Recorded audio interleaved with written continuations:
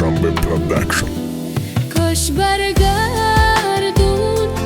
روزی که خودم دوست دارم و گفتم بهت کنم، کشتی حسم و گذشتی از دلم.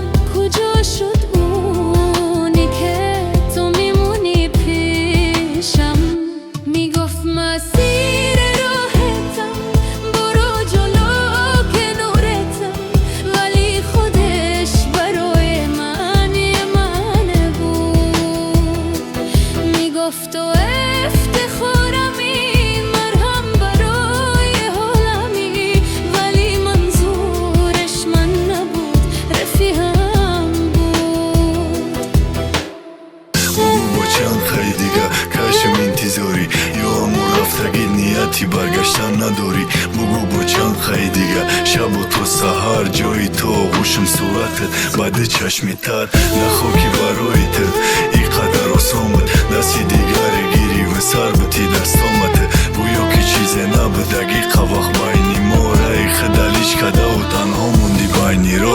اگر که اشکی چشمت آخری و خنده چی با ایابر ندادیم جایی خنده درده تا که سخت و بستر نمشیدم امروز شاید مرم اونان دیت داشتم زندگی برای مسیر راحتم، برو جلو کنارتم، ولی خودش برای من یه معنی بود.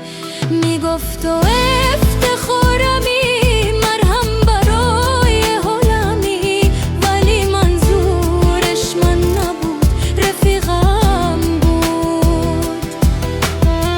بگوی کجا سر کنم بگم مای خوبیات، بگوی کاقگیم بگم یا بگم مای بدیات، از باید بگم یا شیرینی لفات، یا بگم مال دیگرای سهمی خنده ها. ما بگو بعدت سر در روی زانوی کیمونم، مای خدا چی طلب کنم و بگو پیش کی نالم.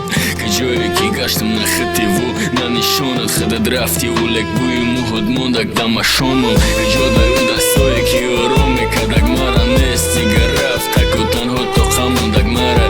که جایی باشه برگرد بیا پیشم دوباره، تو نباشی بدون بته حیات من نداره. مسیر راحتم، برو جلو کنارتم، ولی خودش برای من یه معنی بود.